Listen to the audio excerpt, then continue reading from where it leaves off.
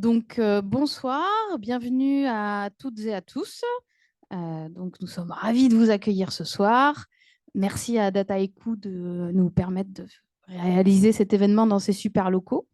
Ils sont très, très beaux.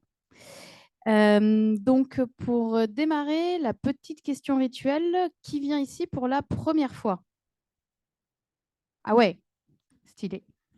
Alors, deuxième question. Who does not speak French? Okay, so be kind with these people and speak to them in English. Aussi, si vous venez ici pour la première fois et que vous connaissez personne et que vous voulez qu'on vous voit et qu'on vienne vous parler parce que vous avez peur de parler aux gens, vous avez le droit de lever la main maintenant et vous n'êtes pas obligé. Bon, bah, manifestement, ce n'était pas une grande idée, mais bon, sinon, venez me voir. Très bien. Comme on a beaucoup de nouveaux, je vais prendre 2 minutes pour vous présenter les Ladies of Code. Qu'est-ce que c'est? Alors, déjà, on n'est pas une association, c'est vraiment un groupe en autogestion qui, globalement, couvre trois grandes thématiques qui sont un Slack en non-mixité où on va parler de la vie de femmes dans la tech. Donc, ça va être des issues techniques, aider des personnes en reconversion à comprendre un peu notre métier. Ça va être échanger sur comment négocier votre augmentation avec votre manager. Ça va être plein de sujets qu'on peut trouver sur des Slack, quoi. Donc les meet-up, comme celui de ce soir, qu'on publie parfois en replay sur YouTube. Donc là, si les oratrices sont contentes de leur prestation, on pourra le publier. Mais c'est pas obligé, t'inquiète pas. Et l'été, on fait des apéros, donc pour socialiser, networker et passer un bon moment ensemble, sans parler de tech. Sujet important, vous êtes toutes et tous au courant, j'imagine, en vous inscrivant sur le Meetup, on a un code of conduct. Donc on a une communauté très sympa. Mais si jamais il se passait quoi que ce soit qui vous poserait problème, les admins sont là pour... Bah, venez nous voir, quoi. Donc les admins, levez la main. Paola. Voilà, donc venez nous voir toutes les trois et n'hésitez pas, on est là pour ça. Je crois que c'est tout pour la communauté. Si on recherche toujours des speakers et des speakers, donc si jamais, enfin surtout des speakers en fait, si vous avez, parce que c'est un peu le but, si vous souhaitez profiter d'un événement comme ici, en bonne ambiance, non mixité, tout ça, pour présenter un talk, nous on est ravis. Et si votre boîte aussi veut nous accueillir, même si c'est pas aussi grand qu'ici, on est ravis aussi. Voilà. Ce soir, on va avoir 3 talks présentés par Marine, Amélie et Diana. Donc, seul celui de Diana sera en anglais. Pour les questions, je laisserai les oratrices me corriger si jamais elles ont une vision différente, mais dans l'idée, gardez les questions dans votre tête pour les poser à la fin du talk pour éviter de perturber le talk, sauf si l'oratrice vous dit que les questions sont les bienvenues pendant sa présentation. Vous pouvez aussi les garder pour l'apéro, parce qu'en vrai, on n'a pas beaucoup, beaucoup de temps pour les questions. Donc, n'hésitez pas à les noter dans un coin. Et maintenant, je vais, avant de démarrer, laisser la parole à Marine pour dire 2 mots à propos de Dataiku. Bienvenue chez Dataiku. Donc, juste quelques mots sur l'entreprise. En fait, on propose un logiciel qui permet aux entreprises de collaborer sur des projets de data science ou d'intelligence artificielle. Et évidemment, l'objectif aujourd'hui, c'est de parler de technique. Mais si jamais ça vous intéresse, on recrute aussi à la R&D, donc des software engineers. Donc, n'hésitez pas à venir parler à moi ou à mes collègues que vous pouvez reconnaître grâce à leur pull à l'effigie de la maison. Très bon meet-up!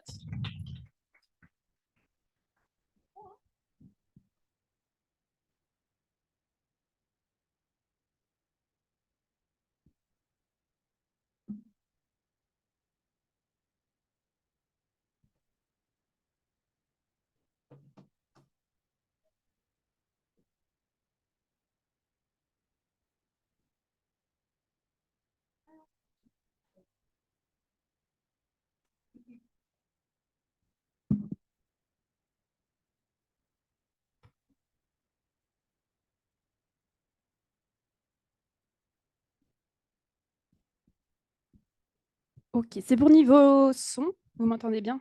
Parfait. Alors, je vais faire une présentation sur qu'est-ce que les champignons peuvent nous apprendre sur l'intelligence artificielle. Alors, vous devez sûrement vous demander d'où vient ce sujet plutôt original. Alors, en fait, je suis software engineer, engineering team lead chez Dataiku à la R&D. Et donc, c'est un logiciel qui permet donc de travailler sur de l'IA. Donc, c'est vrai que je baigne beaucoup dans le monde de l'intelligence artificielle. Et l'autre jour, je lisais un livre vraiment fascinant sur les champignons. Et je me suis rendu compte qu'il y avait il y avait des points communs entre les champignons et l'intelligence artificielle. Donc, ça m'a donné envie de creuser. Donc, j'ai fait des recherches j'ai lu plein de papiers sur les champignons. Et donc, j'ai eu envie de partager ça avec vous ce soir. Alors, je ne sais pas si vous connaissez la série ou le jeu The Last of Us, mais en fait, ça dépeint une humanité contaminée par une pandémie de champignons. En fait, c'est inspiré d'un vrai champignon qui s'appelle le cordyceps et qui peut complètement prendre le contrôle de fourmis. Et donc, ça montre que dans nos sociétés, surtout occidentales, on a une vision assez négative en fait, des champignons. Mais on a tort, parce qu'on a beaucoup de choses à apprendre des champignons et on pourrait vraiment s'inspirer de la nature pour résoudre nos problèmes qu'on a en tant qu'humains. Donc, vous devez sûrement vous demander ce que ça représente. En fait, c'est des scientifiques au Japon qui ont étudié le blob. Donc, c'est un organisme unicellulaire qui se déploie en réseau. Et ils ont modélisé la carte du territoire japonais avec des cornflakes, parce que c'est la nourriture du blob. Et en faisant partir le blob de la ville de Tokyo, ils se sont rendus compte, après quelques heures, que le blob s'était en fait propagé de façon optimale en réseau, si bien qu'à la fin, on pouvait vraiment calquer le réseau la propagation du blob sur la carte ferroviaire japonaise, qui est en fait un des réseaux les plus efficaces au monde, enfin les plus efficients. Donc ça veut dire qu'un organisme avec une seule cellule est capable de résoudre des problèmes où on a besoin de tout un bureau d'études d'ingénieurs pour les résoudre. Donc on a quand même encore beaucoup de choses à apprendre de la nature, et en particulier des champignons. De quoi je parle quand je parle des champignons? En fait, les champignons, c'est un des grands règnes du vivant. Donc, on a les animaux, les plantes et les champignons, c'est vraiment à part. Et on pense souvent aux fruits, enfin à l'appareil fructifère quand on parle des champignons, parce que c'est ça qu'on voit apparaître dans les forêts, ou alors c'est ça qu'on mange. Mais en fait, 90% de la masse du champignon, c'est le mycélium. Donc, c'est des filaments qui se déploient dans le sol. Et c'est comme ça que les champignons vont s'approvisionner en nutriments, en eau. Donc, contrairement aux animaux, les champignons ne peuvent pas se déplacer pour aller trouver leur nourriture, mais en fait, ils vont déployer leur corps pour ensuite aller absorber la nourriture qui se trouve dans le sol. Donc, c'est ce qu'on appelle le mycélium.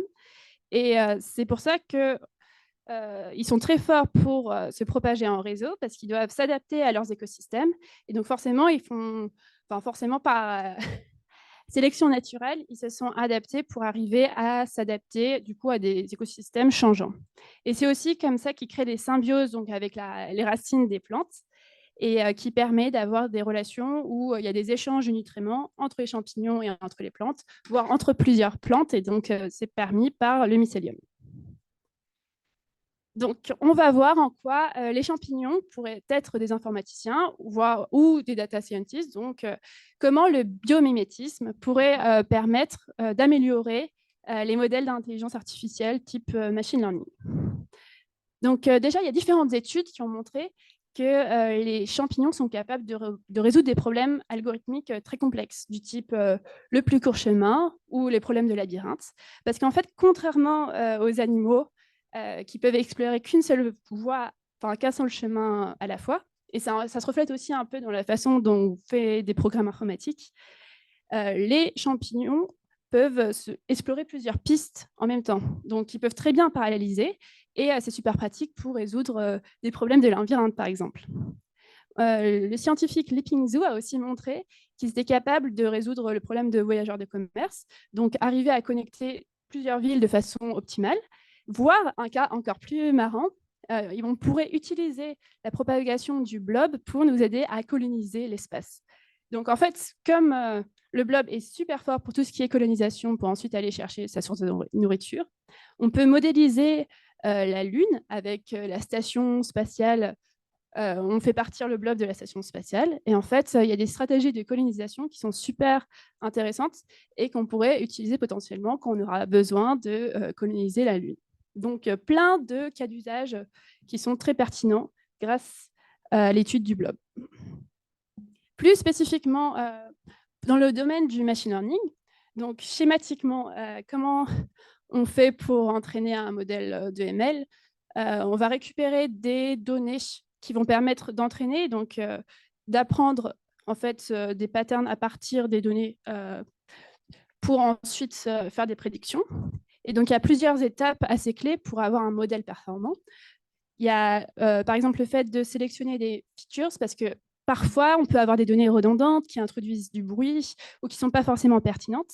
Et donc, c'est une étape super importante de choisir les features ou les données qui vont être les plus intéressantes pour l'entraînement du modèle. Et pour ça, l'algorithme du slime mold, qu'on peut traduire par algorithme du blob, a été inventé. En fait, c'est une méthode d'optimisation qu'on peut utiliser pour arriver à sélectionner des features dans les modèles de machine learning. Et pareil, lorsqu'on veut aussi entraîner un modèle de machine learning, c'est important d'avoir des bons hyperparamètres. Et l'algorithme du blob, s'est montré que ça peut aider à réaliser cette étape de l'entraînement du modèle. Et une fois qu'on a bien tout optimisé, on peut ensuite entraîner le modèle de manière à avoir les meilleures performances possibles. Et en fait, ce qui est intéressant dans l'algorithme du slime mold, c'est qu'il est excellent dans tout ce qui est optimisation. Et donc, ça fait partie des algorithmes méta-heuristiques qui permettent en fait, d'optimiser la recherche des différents paramètres.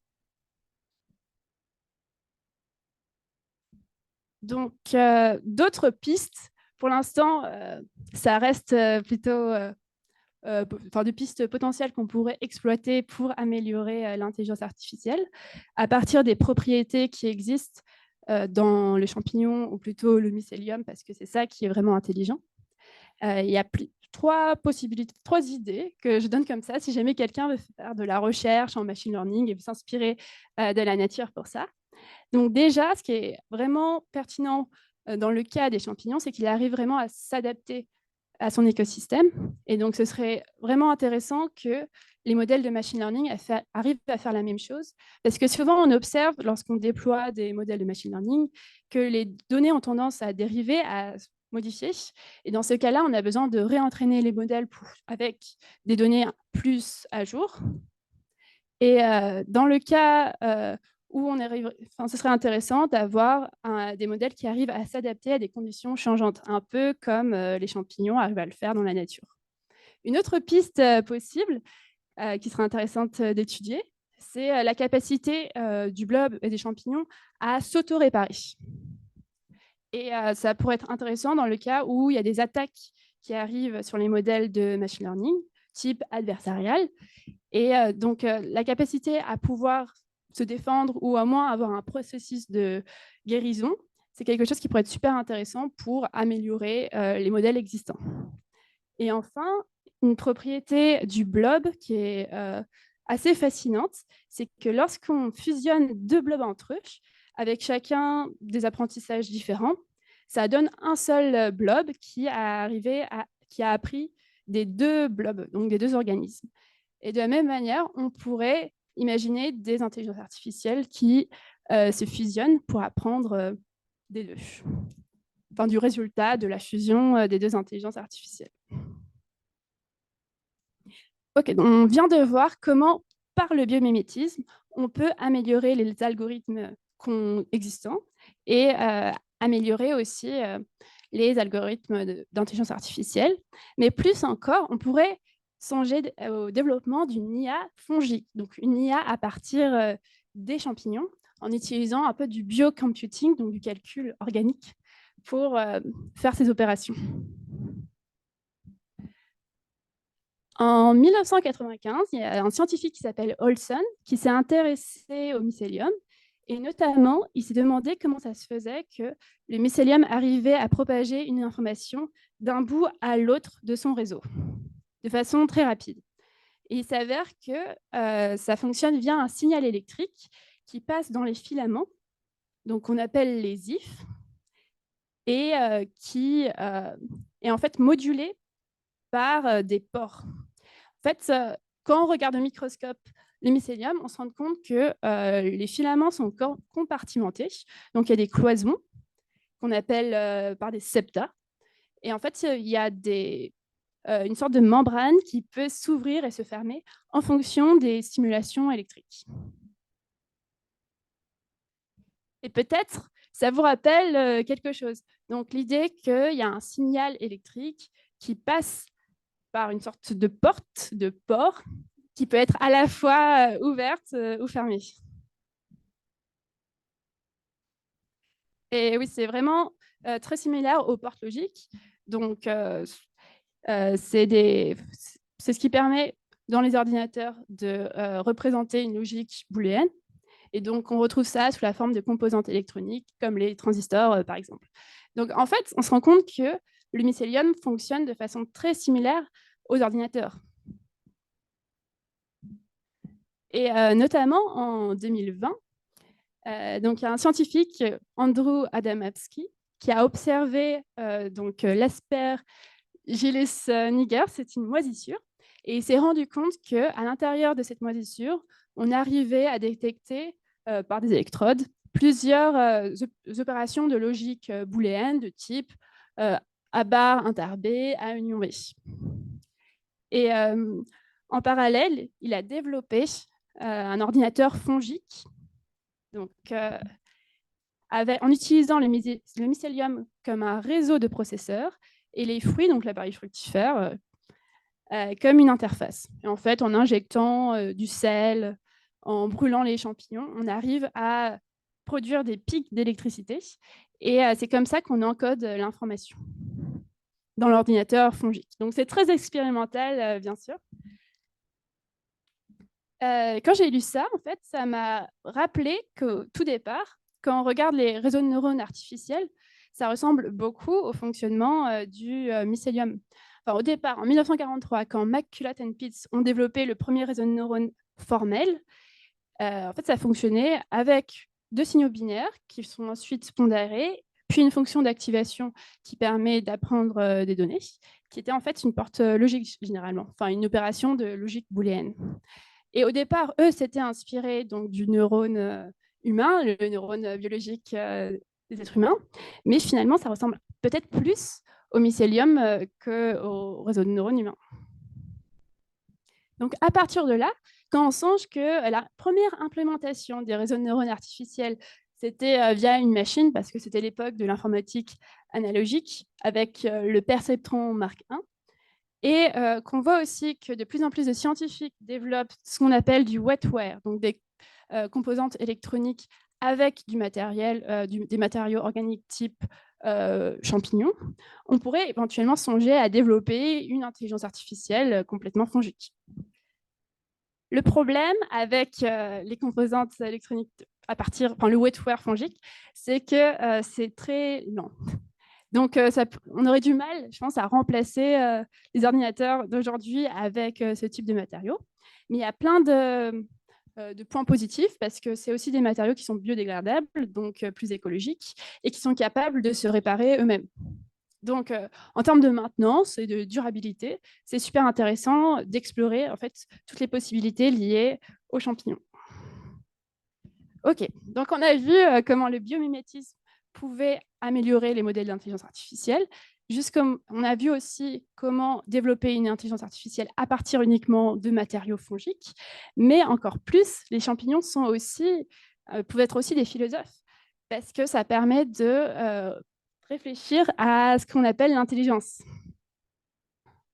Qu'est-ce qu'on appelle l'intelligence? Souvent, on dit que c'est la capacité à raisonner, à résoudre des problèmes, à penser de façon abstraite, mais c'est une intelligence qui est assez restreinte aux problématiques des animaux, donc qui doivent se déplacer pour aller chercher de la nourriture. Sauf que lorsqu'on regarde les champignons, l'un des plus vieux fossiles qu'on a retrouvés de mycélium, il date d'il y a des milliards d'années. Donc, ça montre que bien avant l'arrivée des animaux ou des êtres humains, il y avait cette forme d'intelligence qui existait déjà. Et il y a ce philosophe Daniel Dennett qui pense qu'on devrait un peu redéfinir l'intelligence, et c'est quelque chose de beaucoup plus ancien qui existe dans la nature et qui va s'exprimer de façon différente en fonction des organismes vivants et des problématiques qu'ils ont pour survivre. Donc, on a vu qu'il y avait certains mécanismes cognitifs qu'on retrouvait à la fois chez les humains, dans les champignons, dans les réseaux d'intelligence artificielle. Donc, finalement, qu'est-ce que l'intelligence? Est-ce que si on arrive à reproduire tous ces mécanismes cognitifs, on arriverait dans l'intelligence artificielle, est-ce qu'on arriverait à reproduire l'intelligence? Enfin, c'est une question parce qu'il y a un courant philosophique qui s'appelle les maximalistes, qui pensent que si on arrive à faire toutes les fonctions logiques du cerveau humain, on arrivera à faire une intelligence égale à l'intelligence humaine. Moi, je ne suis pas vraiment d'accord, parce qu'il y a aussi la notion d'expérience et de besoin, mais on peut toujours en discuter à l'apéro après. Mais donc, c'est OK. Donc, on a vu comment les champignons pouvaient être des informaticiens ou des data scientists parce qu'ils nous aidaient à concevoir de meilleurs modèles de machine learning. On a vu ensuite comment utiliser du biocomputing pour créer les ordinateurs de demain. Et enfin, que les champignons pouvaient nous aider à repenser l'intelligence.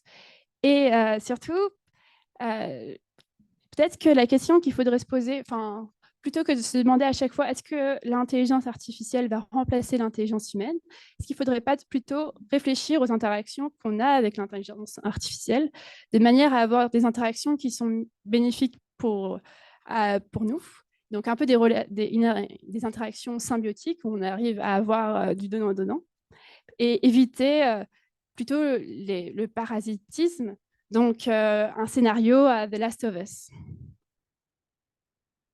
Donc, merci.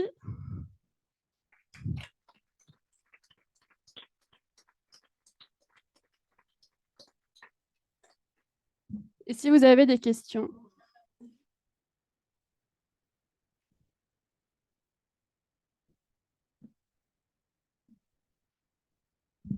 Ouais, d'abord, chapeau bas. Je crois que c'est un super talk. J'avais juste une question autour de... En fait, ma compréhension, c'était qu'il fallait de l'électricité pour qu'un composant électronique marche. Et du coup, enfin, d'où vient l'énergie, en quelque sorte, si on essaierait de... d'utiliser les champignons comme hardware, en gros, si j'ai bien compris ton talk. Et du coup, je suis curieuse de comprendre ça. Et après, je suis curieuse aussi de comprendre à quel point, parce que là, tu nous as parlé de logique booléenne un peu élémentaire, entre guillemets. Parce qu'aujourd'hui, par exemple, OpenAI ou ChatGPT, ou Llama 2, par exemple, c'est des milliards de paramètres. Du coup, j'étais curieuse de savoir si il serait capable un jour d'atteindre ce genre de niveau de complexité, ou si selon toi, ça n'était pas le cas. Mais en tout cas, merci beaucoup et encore une fois, bravo. Ah ben, merci. Alors, pour la première question, en fait, l'électricité qui passe, c'est naturellement, il y a de l'électricité qui passe dans le mycélium via les cellules, qui est produite en fait par les cellules. Après, la question pour les ordinateurs fongiques, un peu du wetware, c'est vrai qu'au tout début, ce sera plutôt des composantes électriques qui peuvent s'intégrer avec des systèmes, avec des ordinateurs ou d'autres pièces électroniques qui, elles, ont de l'électricité. Donc, par exemple, dans le cas de l'ordinateur fongique, il y avait un système d'électrodes qui permettait d'envoyer un courant en fait, dans le mycélium. Et c'est ça qui fait qu'on a aussi du contrôle sur ce qui se passe dans l'ordinateur. Et pour la deuxième question, je pense que ça va être difficile de recoder ChatGPT avec ça.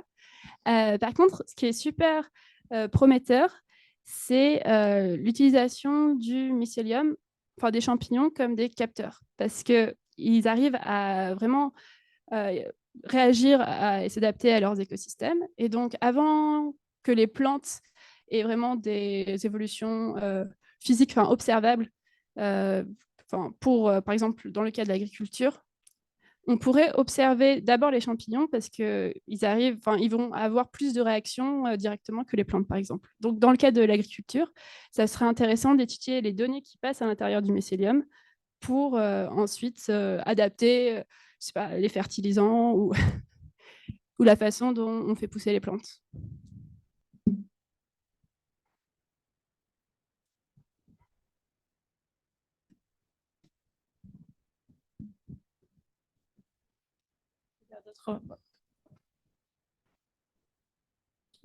Bonsoir. Ouais, merci pour ce talk et j'ai bien aimé la question philosophique à la fin. Ma question, c'est pareil sur les ordinateurs fongiques ou les composants, en tout cas, avec des organismes vivants.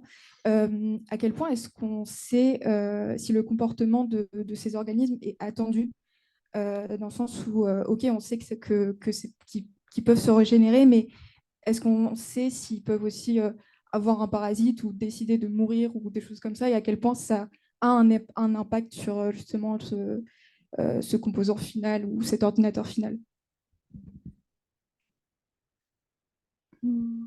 À quel point on sait si Si en fait le comportement de cet Hmm. organisme, si ça va fonctionner au final, si ça va marcher comme un ordinateur.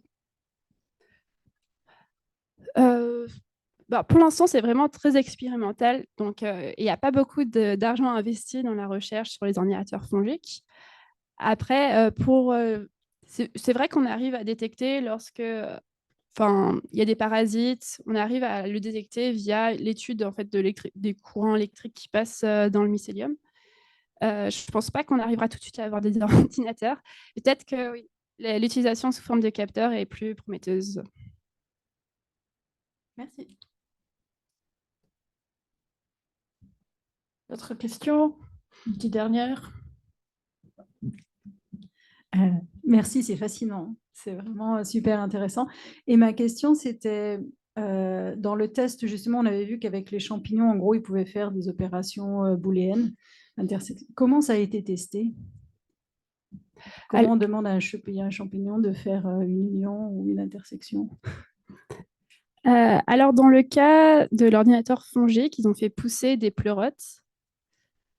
Et après, du coup, ils ont utilisé des électrodes pour faire passer un signal dans le mycélium. Et après, ils ont utilisé une modélisation en utilisant un automaton, un cellulaire automaton. Et ils ont réussi euh, à détecter à partir de là différentes opérations logiques, donc à partir des signaux. Bon, c'est via la modélisation qu'ils sont arrivés à voir qu'il y avait différentes opérations de logique booléenne.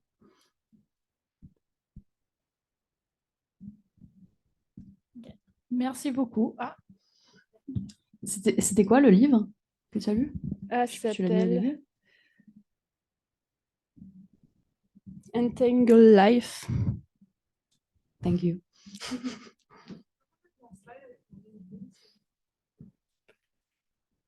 Ah, et si vous voulez me donner des feedbacks, alors, d'abord le LinkedIn.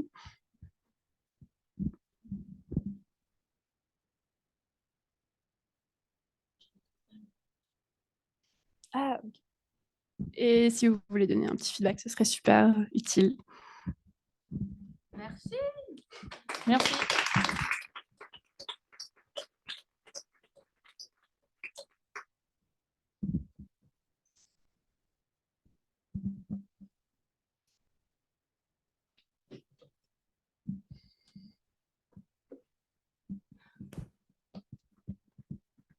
Et maintenant, ça va être au tour d'Amélie. Oui. Tu es prête, Amélie? Non. Et ben pour te préparer, moi, je recommande un petit tonnerre d'applaudissements pour Amélie.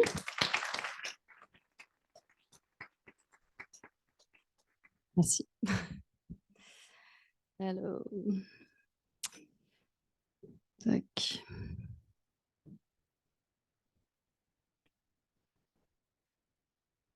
C'est bon?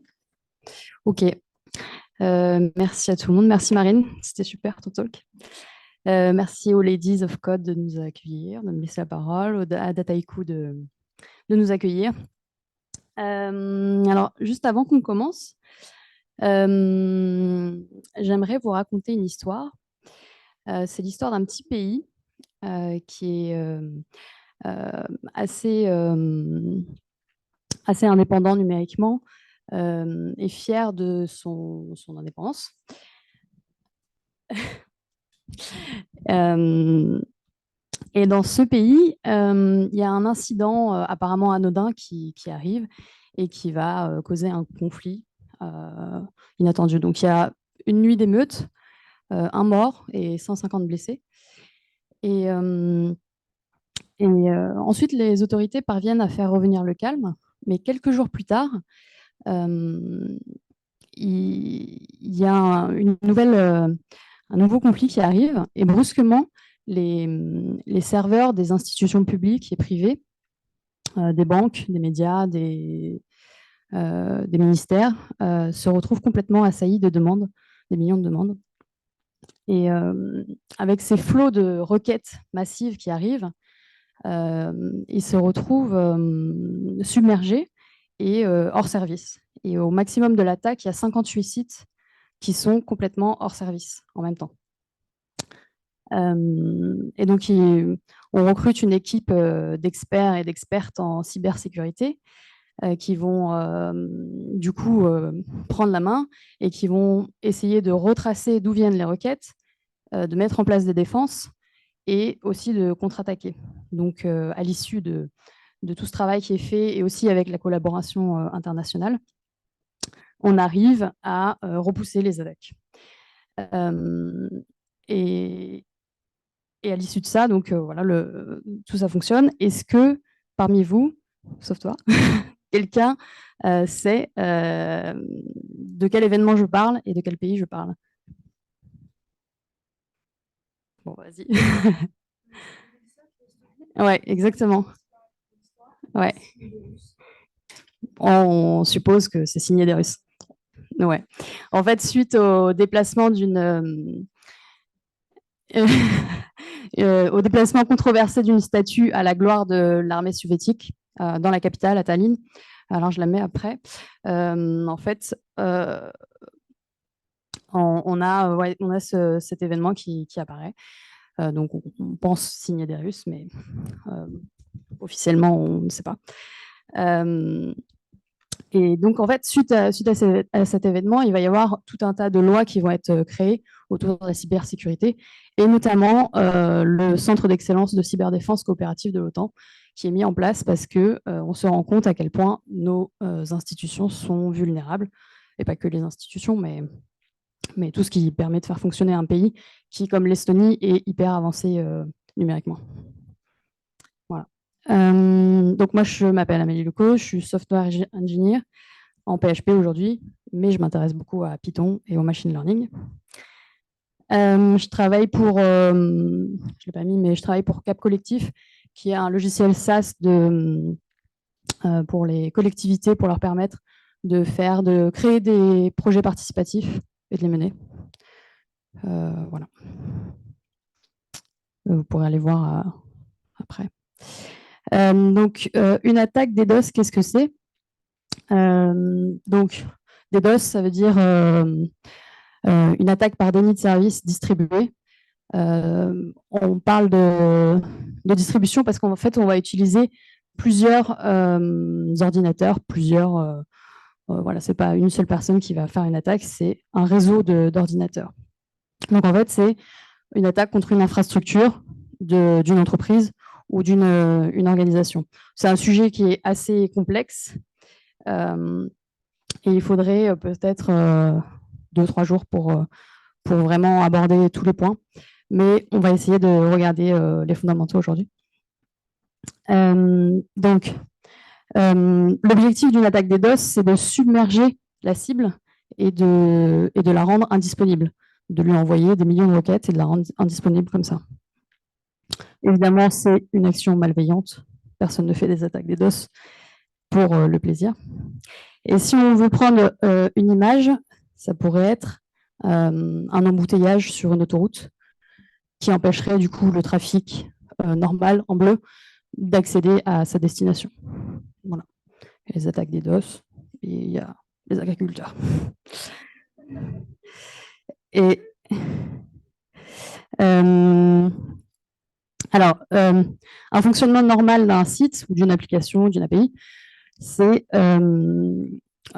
ici, donc, le petit carré, qui prend en entrée les requêtes du client et qui va les traiter et renvoyer une réponse. Ça, c'est normal.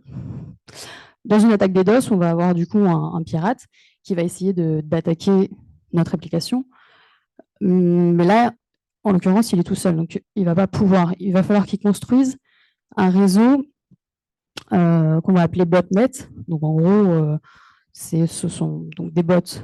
Ce sont des ordinateurs qui ont été infectés par un virus, un malware, et qui vont agir en suivant les instructions qui sont données par le pirate et qui vont agir comme des zombies, en fait, bêtement.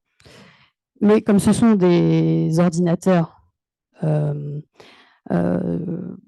a tous chez nous, par exemple, ou bien de l'Internet des objets, ça peut être tous les appareils connectés de la maison, de la domotique. Ces outils-là vont être utilisés comme des ordinateurs normaux, en fait. Ils vont envoyer des requêtes avec leur propre adresse IP, avec leur propre... on ne va pas savoir que ce sont des ordinateurs infectés. Je vous ai parlé de la partie distribuée. Une bonne attaque, plutôt une attaque puissante, c'est une attaque qui va demander à l'attaquant un minimum d'efforts pour envoyer un maximum de travail à faire au serveur. Donc, on va utiliser du coup cet effet de levier et là on voit tout le réseau pour vraiment submerger la cible, la victime. Les bots sont évidemment contrôlés à distance.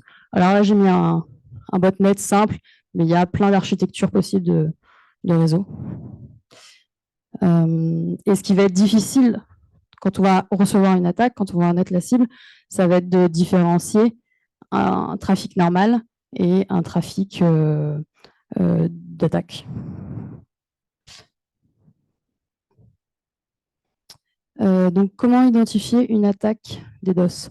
Alors, évidemment, il va y avoir, pour mes signes, c'est la lenteur, l'indisponibilité d'un site, que ce soit soudain.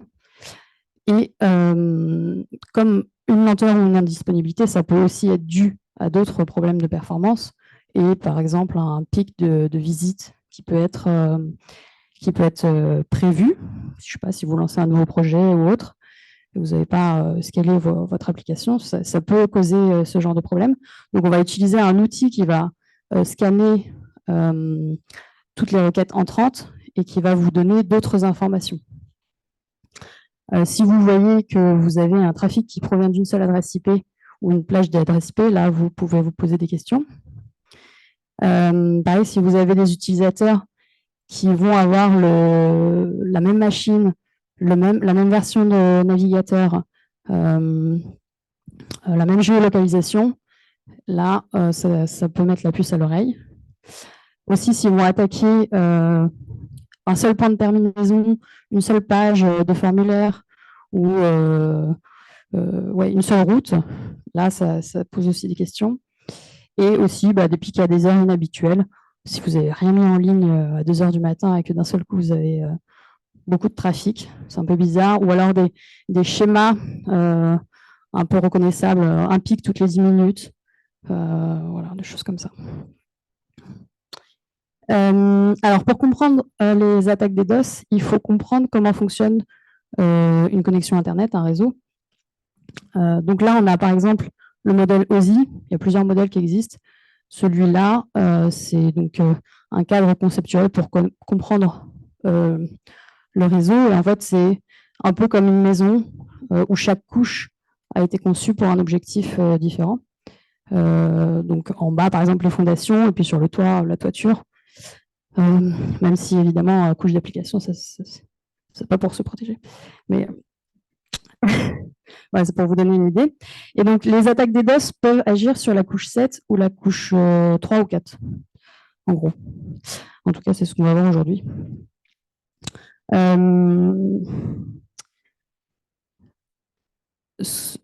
Donc là, je vais vous proposer de voir plusieurs exemples d'attaques. Donc, par exemple, une attaque HTTP Flood, qui est peut-être la plus simple. En gros, ça va ressembler à, vous allez sur votre navigateur, vous rentrez un URL et puis vous rafraîchissez tout le temps. En gros, c'est ça. Il y a plusieurs variantes. Il va y avoir une variante GET, où là, en fait, on va demander au serveur de nous renvoyer de la donnée et on va le submerger parce que il va aller chercher des images un peu lourdes, des fichiers un peu lourds. Donc, en fait, nous, on va vraiment utiliser un minimum de bande passante. Et lui, par contre, il va avoir un maximum de travail à faire. Pareil pour les posts, parce que s'il va persister de la donnée après un post de formulaire, à ce moment-là, lui, ça va lui demander plus de travail. Donc là, on va utiliser la disparité de consommation entre la bande passante et lui, le travail du serveur, jusqu'à le saturer et donc créer le déni de service. Donc tous les autres utilisateurs qui vont vouloir accéder ne vont pas vouloir puisque les serveurs sont trop occupés. Ensuite, il y a cette attaque-là, je crois que c'est celle que je préfère. Donc en fait, il faut imaginer que vous faites la queue au café, dans un café, et vous avez la personne qui est devant vous, qui met très longtemps, peut-être 10 minutes, à commander son café. Et vous ne pouvez pas passer devant, vous ne pouvez pas commander votre café tant que cette personne-là n'a pas fini, puisqu'elle prend juste un peu trop de temps, elle est juste très lente. Mais en fait, l'attaque Slow Loris, c'est ça. En fait. C'est des bots qui vont envoyer des attaques et qui vont maintenir cette connexion ouverte en envoyant des petits bouts de requêtes à chaque fois pour que les serveurs ne ferment pas la connexion et la maintiennent. Et évidemment, une fois que tous les ports sont occupés à répondre à des attaques Slow Loris, ils ne peuvent pas répondre à d'autres demandes normales. Donc, ça crée aussi un déni de service à ce moment-là. Ensuite, on a une attaque protocolaire. Donc là, on est plus sur la couche 4. Les autres, c'était sur la couche 7. Donc celle-ci, le SYN-FLOOD, en gros, elle va utiliser un processus d'établissement de la connexion TCP qui se fait en 3 étapes. Donc la première étape, c'est que le client va envoyer un paquet SYN au serveur pour lui demander d'établir la connexion. Le serveur va répondre avec un paquet SYN-ACK, la deuxième étape, pour accuser réception de la demande. Et ensuite, le client va renvoyer un paquet ACK pour accuser réception de l'accusé de réception du serveur. C'est clair, mais en gros, c'est 3 étapes. Et donc, en fait, une fois que cette séquence d'échange est terminée, qu'on a bien fait l'étape 3, on a la connexion qui s'établit et là, on peut échanger de la donnée. Et pour créer un déni de service, en fait, le pirate va exploiter le fait qu'après réception d'un paquet SYN initial, donc l'étape 1, le serveur va répondre avec un paquet SYN-ACK et va attendre l'étape finale, donc l'étape 3, du handshake. Et en fait, il répond et il attend. Parce que, évidemment, le pirate ne répond pas avec l'étape 3. Donc, en fait, le pirate, ce qu'il va faire, c'est qu'il va envoyer plein de paquets SYN, ça va ouvrir plein de ports sur le serveur, et puis le serveur va attendre de recevoir les paquets ACK finaux, mais il ne va jamais les recevoir. Et donc, à la fin, le serveur se retrouve complètement submergé et il n'y a plus de ports disponibles. Généralement, d'ailleurs, le pirate, quand il va envoyer ses paquets SYN, il utilise des adresses IP usurpées, puisque sinon, il révèle son identité. Voilà, ça c'était pour le schéma. Alors, ce qui va être intéressant, c'est de savoir comment les atténuer, ces attaques. Pardon. Les atténuer, bah, on ne pourra pas, a priori, vraiment les stopper. Donc, vous pouvez installer soit chez vous directement, enfin directement, je dis, voilà. Vous pouvez soit faire appel à un service dans le cloud, soit avoir le matériel nécessaire sur vos serveurs, si vous avez vos propres serveurs, par exemple. Et ce service-là va servir en fait à différencier le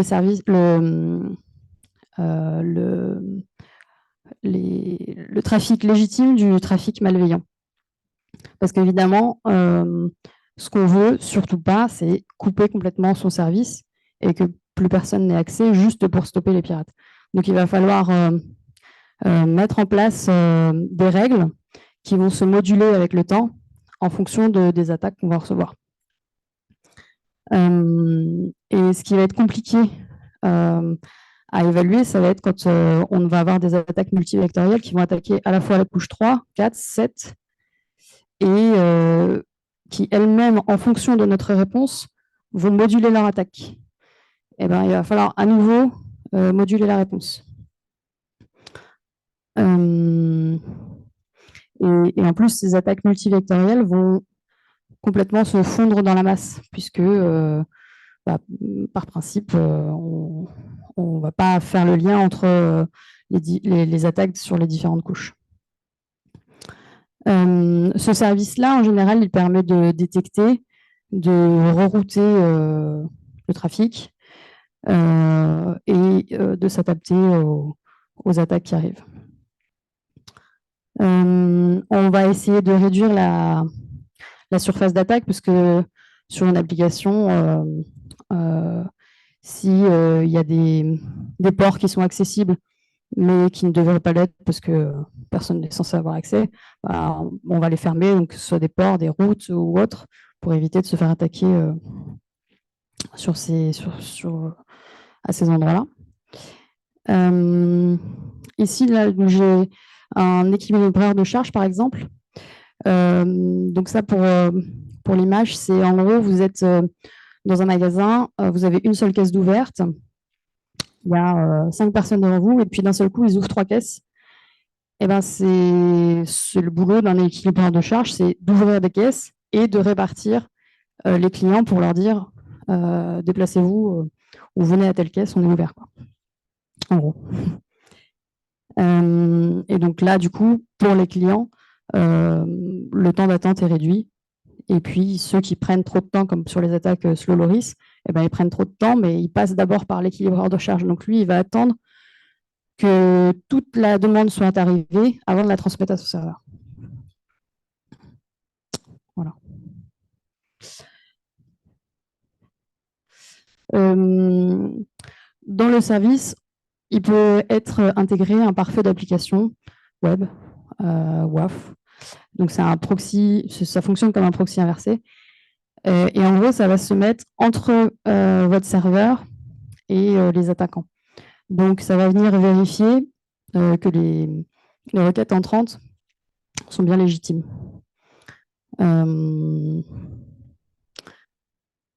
Ça va donc protéger votre serveur.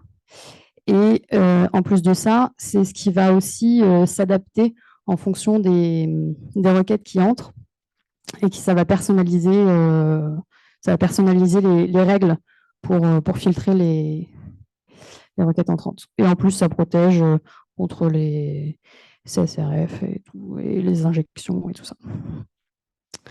Et ça peut, donc le pare-feu peut aussi mettre en place une limitation du taux. Donc là, c'est repérer, tiens, telle IP m'envoie beaucoup trop de demandes, je vais limiter le nombre de demandes qu'elle peut faire sur une période donnée. Voilà. Et ça va être aussi utile pour ralentir tout ce qui est bot d'extraction de contenu. Voilà. On peut aussi utiliser des outils qui lancent des défis JS directement à votre navigateur. En gros, c'est comme les CAPTCHA, les reCAPTCHA, sauf que là, vous ne le voyez pas parce que c'est un JS, mais c'est un petit défi de calcul et ça permet de stopper les bots, certains types de bots en tout cas. Bon, évidemment, mettre en contenu le cache sur un CDN, donc ça résout tout ce qui est les HTTP floues là, avec les get, qui demandent beaucoup trop de ressources, serveurs, toutes les images, etc. Si vous avez votre contenu sur le CDN, vous n'aurez pas ce problème-là. Et puis, des procédures internes. Déjà, pour savoir ce que vous avez comme règle de sécurité en place sur votre site, où est-ce que vous pourriez avoir des surfaces d'attaque inutiles et donc les réduire. Faire des analyses sur, sur vos journaux et repérer les schémas d'attaque que vous pourrez avoir. Voilà. Et aussi mettre en place des règles. Quoi faire si jamais j'ai une attaque, qu'est-ce qu'on appelle, qu'est-ce qu'on fait, où sont les logs pour se connecter, etc. Et voilà.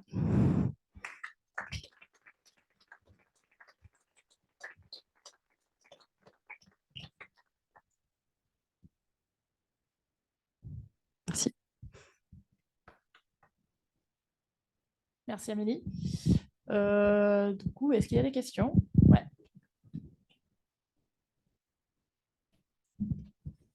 Merci pour la présentation. J'avais juste une question sur les attaques slow loris. Comment on fait pour envoyer des bouts de requêtes comme ça Ouais, pardon.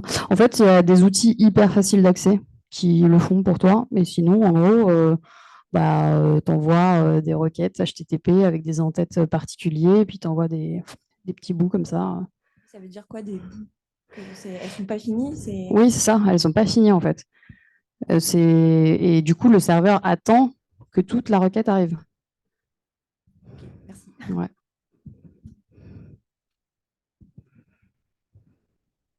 Moi, j'étais juste curieuse de savoir d'où t'était venue cette passion pour le DDoS et est-ce que tu avais subi dans l'une de tes expériences et le traumatisme t'avait poussé à investiguer ou comment ça s'est passé? Est-ce que tu peux nous raconter? Non, je n'ai pas de trauma.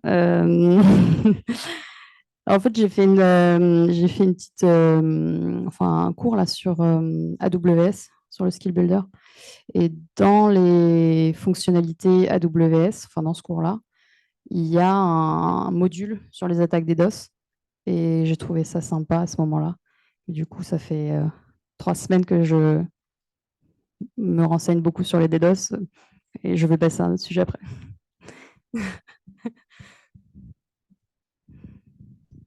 D'autres questions? Ouais.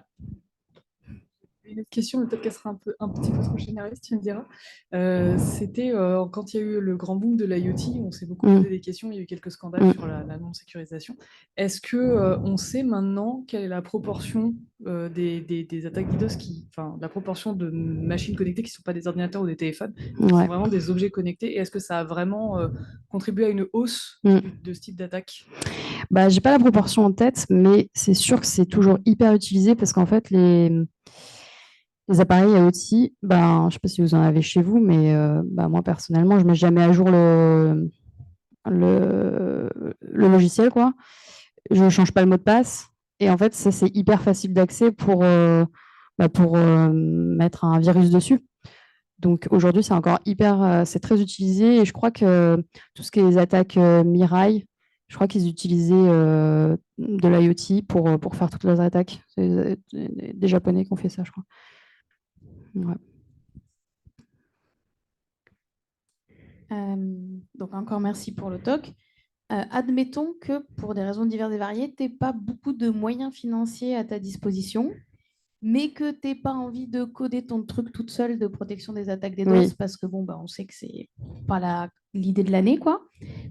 Qu'est-ce que tu recommanderais comme solution efficace mais pas chère pour protéger? Pas cher, c'est subjectif. Ça fait un peu question d'entretien. Nous, Dans la boîte où je bosse, on utilise Cloudflare et ça fait le job parce que je n'ai pas l'impression qu'on le suive beaucoup de près, quoi. Et en gros, ça nous envoie des alertes si jamais on a des bots qui nous attaquent. Donc Cloudflare, et puis après, bah, si tu as tout dans le cloud, AWS ou tous les autres, ils ont tous des services pour faire ça. Ouais. Ok. Bon, bah, merci.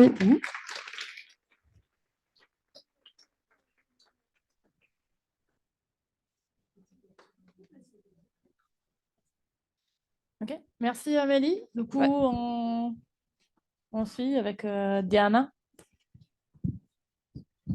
Oh.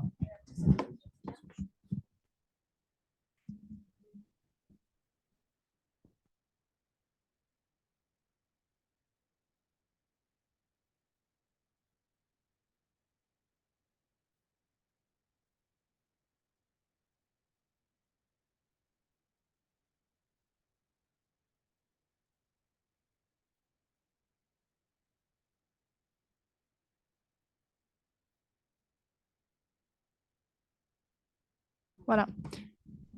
This live organizing.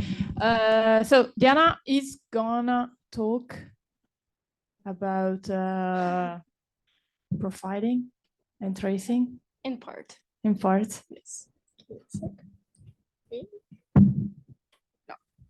And it's her first talk, so please. Here's a hat.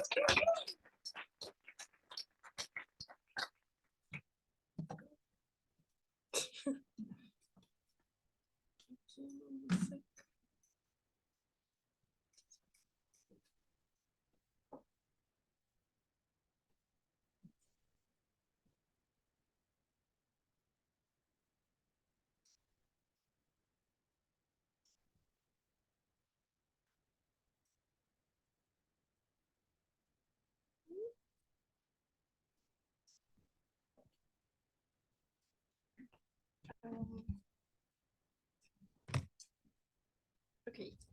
Yes, so hello, my name is Diana. I work at Datadog with Paula and a big row in the back of Datadogs. Before I start, I would want to give you a small disclaimer that observability is actually a huge field, and I will probably barely scratch the surface today. But apart from that, there's thousands of people working on the products, on improving the tools, and I'm hoping that it will still be interesting for you. So now, what is the observability itself? I would like to start there. Observability is the ability to collect data about the execution of programs, especially the interaction among its components, and we consider a system observable if it emits the valuable data on its internal condition. Now, if there isn't observability, the software becomes more of a black box.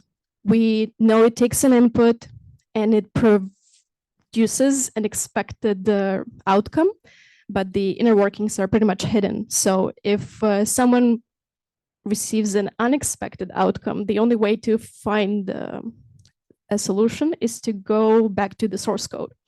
But in some industries, like automotive industry, it might not be actually possible.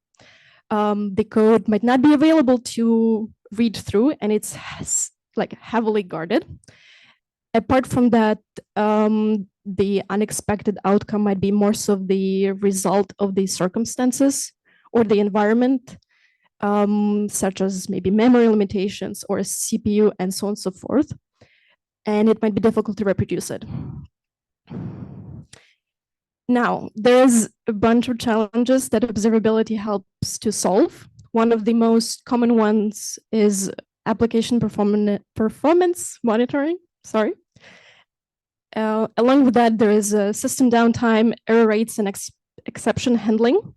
Another group would be resource usage, deployment issues, and scalability challenges, security vulnerabilities, and user experience. The second group goes sort of all together because when we are growing as a product, we want to see how to scale our infrastructure. At the same time, we have to relearn maybe some techniques of how to deploy it and how to scale properly. And the last one is security as user experience, because most of us want to have safe and nice interactions with the products we use. Now, today I have a few use cases. The topic was called From Macro to Micro, and we will go from a use case where it spans over days to months. And at the end, we will look at profiling, as Paula already spoiled, which spans over a few seconds and nanoseconds. Now, the first long-term impact use case, it would be launch of a new product. I want you to imagine that you've just launched the product. You have done your research, you know the data that might arrive, but still you would like to have more information with the real world examples and customers. And in such case, you want to get the data maybe on user engagement, whether the interest is rising or falling. The next one would be is if you have more and more customers, how do you serve them? You will have to grow the database, scale the infrastructure, like was mentioned before. Another one would be tracking the adoption of new products and versions, because as the product evolves, there's going to be maybe some migration tools or something that you will need to use and see how the customers adopt it. All of this feeds into the overview of the life cycle of the software during the month before and after the development. But apart from that, you will likely also encounter a number of challenges, which is, as mentioned there, the security vulnerabilities. As we have all listened to Emilia, they are pretty much there still. So another one would be scalability challenges. As you grow your product, as I previously mentioned, you want to make sure that your infrastructure is keeping up with that. And no matter how tested and used the software is, it's not guaranteed that there's not going to be any outages. And you have to prepare your team and teach them to know how to react to those issues. Now, so we have talked about opportunities and challenges, and I would like us to go to the solutions, which is metrics. It also happens to be one of the pillars of observability in general, one of the three. We will talk about others a bit later. Metrics, they provide a pretty simple overview of your system. They can signal the changes in your environment, and you can assess the health of everything at a glance. Below there, you can see an example of how a metric would look like. It's pretty simple, but it has a lot of impact. Now that you have your monitors, you can, now that you have your metrics, sorry, you can configure monitors to trigger if there are certain changes or anomalies in your metrics. So you can trigger them if the query values crosses the threshold, or if a certain number of checks have failed. For example, if the CPU consumption is over 70% on all of your servers, for example. Now, the last one, now that you have metrics and monitors, you would want to notify your team, make sure that there is notification set in place, that your team, people, they are there to start the remediation process. Now, and with that, the black box mentioned at the beginning is transforming. We're having more data, we know how to deal with things, and they're a bit less scary at this moment. Now, the next example would be the Black Friday sales. I'm pretty sure you all know what Black Friday is. Now, so yeah, I love the GIF. I know from which movie it is as well. So what exactly happens during Black Friday? Now, first of all, we have the traffic surge, because it's Black Friday is highly anticipated event, and it's really notorious for its traffic spikes, which can leave in the shambles a lot of services if they are not prepared. Now, a lot of modern e-commerce sites, they also rely on a lot of systems, so they're not tested altogether under high load. They might also just fail and shut down completely. Now, the next one is performance bottlenecks. This increased demand reveals issues in hot code path, unoptimized algorithms, and so on and so forth. And the last one, security threats intensify because it's so much easier to hide in plain sight when you're being DDoSed. Sorry. Yeah, you have that embouteillage with a lot of cars. So now going straight to the solutions is actually the two other pillars of observability, which is traces and logs. To put it simply, the trace is like a diary or a page in a book with a lot of sentences. Each sentence is a span and it shows how everything happened during a specific transaction or action in your system. And log is a record of events, mostly with status updates or error messages generated by software application during its operation. And they have been around for over 100 years at this point, so it's nothing new. Now, they would look, at least the data look, roughly like this. The bottom one is a log, which shows a process being OM killed. And the upper one is a list of traces and a trace overview. Now, how traces and logs can help together to mitigate all those issues that Black Friday can impose. Logs can be monitored to detect any errors and issues, while traces help pinpoint the root cause, showing the timeline of exactly what happened leading up to the problem that occurred. Another is historical data. Tracing and logs from previous Black Friday events can be analyzed to understand traffic patterns, peak loads, and resource utilization. And the last one, logs can be monitored for, again, any suspicious attacks in the security field, and such as an unusual login or payment fraud. To the summary, to this small part, tracing and logs, they play a crucial role in preparing e-commerce shops for Black Friday all over the world. In 2023, there were almost 10 billion sales in online itself. And many companies actually have the code freeze measures in place around the similar events to ensure a smooth experience. Datadog is not an exception, actually. Now, the last one is immediate impact. This is probably the most complicated one in a sense, because I doubt that many people deal with profiling on day-to-day basis, which is kind of like deeper. This is how it would look. It's pretty scary, I think. The first times I opened, I didn't know even where to look, but it's more or less simple. The profiling itself, it refers to the process of analyzing the program's performance, bless you, performance characteristics to identify areas that can be improved, whether it's a leak in memory or CPU or something like this. And profiling, in most cases, it stops the execution with a bit of an overhead, but usually it's negligible and definitely useful enough to have it around, especially if you run it in prod and you want to figure out things that don't seem obvious, the issues. Now, the benefits of profiling is, there's of course many of them, but the core three are, you can track what is using the most resources, be it memory, CPU, or time. Sometimes it might be difficult to debug things with traditional methods or tools, and sometimes you just have nowhere to go by to profiling, to be honest.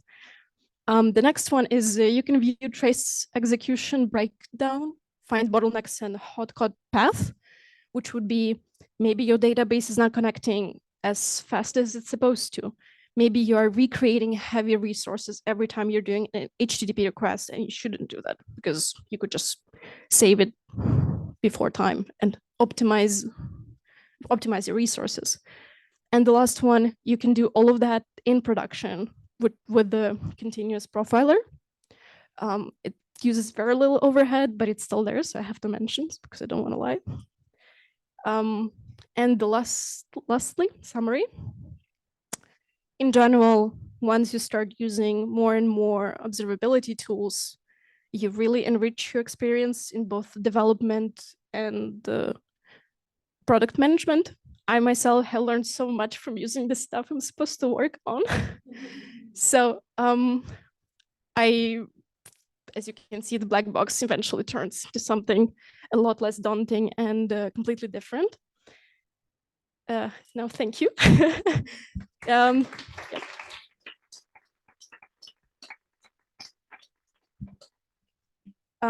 Thanks for having me. I hope this was insightful. And I'm not sure if we have time for questions, actually. Okay, well, we do.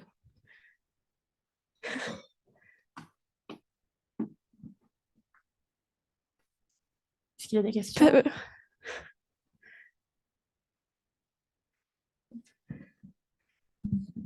So I had a question about, because when I did when I understood about observability is that it really gave you a deep view into your application, how it ran.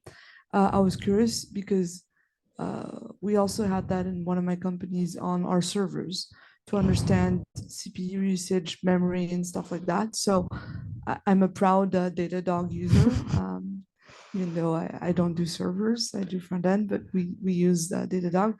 So I'm just curious to know whether Datadog has products for server side and the hardware. We're infrastructure first. So what you're saying is pretty much the main thing of Datadog. Okay. I think you can't even have application performance monitoring unless you buy it with infrastructure monitoring, which would be your servers, your Dockers, your containers, your everything. So yeah, I think it's probably like 60% of revenue and stuff. So it's a big part. Awesome. Thank you. Hi. Thank you very much for the talk. And do you know, from the history of Datadog, did it start from the macro point of view, or did it start from the micro? Like from at the beginning of the company? Yeah, it started with the balance between infrastructure and application monitoring. But the last part, the profiling, there's such thing as called profiling timeline, where you can find out everything that happened like close to nanoseconds. It aired 2 months ago. So this is super new, and I myself am trying to learn more on that because it's kind of close to my job, but not really. But it's all super new. So definitely we were infrastructure first, and maybe Paolo can, yeah, not. Yeah, I think we started with metrics and then, and APM. Yeah, APM was a bit later, that's for sure. It wasn't at the very beginning. Yeah. I haven't been working there for so long, but there's some old schools. Any other question? Même en français, je peux traduire.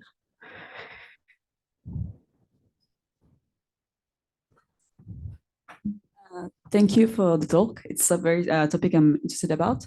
In terms of a product, when do you think it's the right time to integrate observability? At which stage or which size?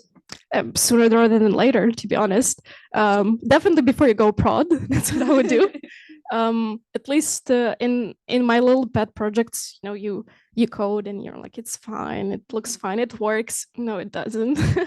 Yeah, you want to do it. You want to, like I said, tested with a high load, and you want to also see how even observability impacts her, because sometimes you might leak resources in your code because you improperly imported, a tracing library, for example, something that would help you monitor applications. So you have to be careful with that, for sure. Oh, interesting. Thanks. Anyone else?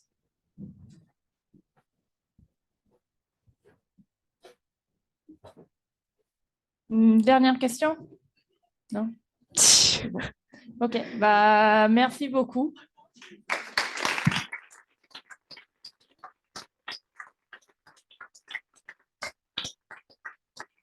Et du coup, on peut se retrouver là pour l'apéro. Je pense que c'est bon. Je vois de mouvements. Thank you.